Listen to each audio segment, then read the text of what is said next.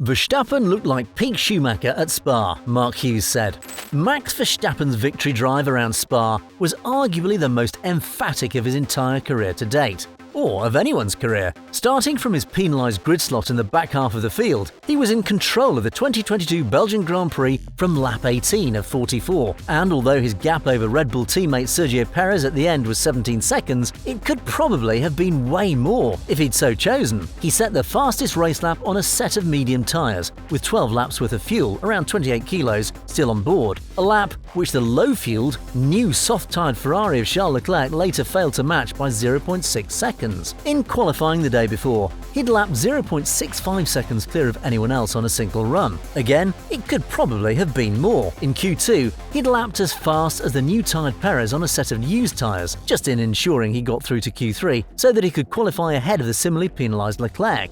Verstappen's pace advantage was astonishing, far greater than anyone has enjoyed this year, and similar to that of Lewis Hamilton at Brazil last year. But to perform at that level requires a car with a very high ceiling, even if only a great driver can maximise it. To see Verstappen threading together the 6th, 7th and 8th gear corners of Spa's middle sector was to witness a driver totally at ease with a neutral balance, which could have spat him off the road in a blink. In the way he was converting that feel and confidence, it was akin to watching peak-era Michael Schumacher through that same section.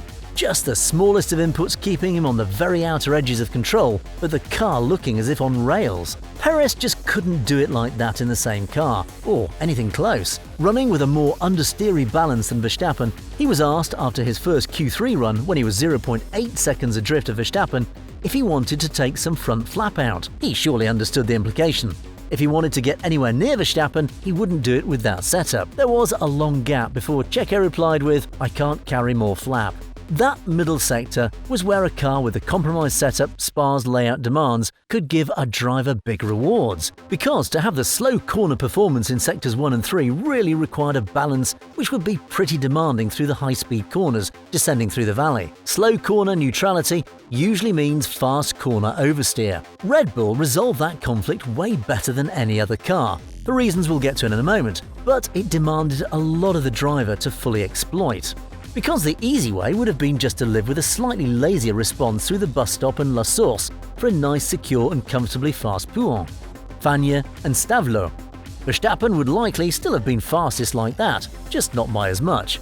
Obviously, knowing coming into the weekend he was starting from somewhere near the back of the grid because of the power unit grid penalties, he needed to maximise his advantage. He came into the weekend absolutely on a mission, and from the moment he first drove the car in first practice, that was totally evident. It was 100% commitment to perfection. That perfection was fully expressed on Sunday. Soft tyres for the start, careful but decisive in the opening hectic laps, just taking opportunities as they appeared, keeping clear of the carnage. Lewis Hamilton turned in on Fernando Alonso trying for second place at Les Combes on the opening lap and went flying, with his hobble car then causing brief chaos before it pulled off. The car was really on rails, Verstappen grinned. "We picked the right places to pass people and we could look after our tyres. That's how we made our way forward. And after that, once we're in the lead, it was all about managing everything." But this whole weekend has been incredible. I think our car is very efficient. And then this track, I think, suits it perfectly. Maybe. So I know that some tracks which are coming up might be a little bit more difficult, and I expect again a good battle with Ferrari. It was just that, this track seemed to be perfect for the car. Chatting in the green room with Sainz, he'd said, "The deg was really high, wasn't it?" "For you, no," replied Sainz. "They were on another planet this weekend," Sainz later added. "They were just strong in quali, strong in the race, better in tyre management, stronger on the straights, stronger in the corners."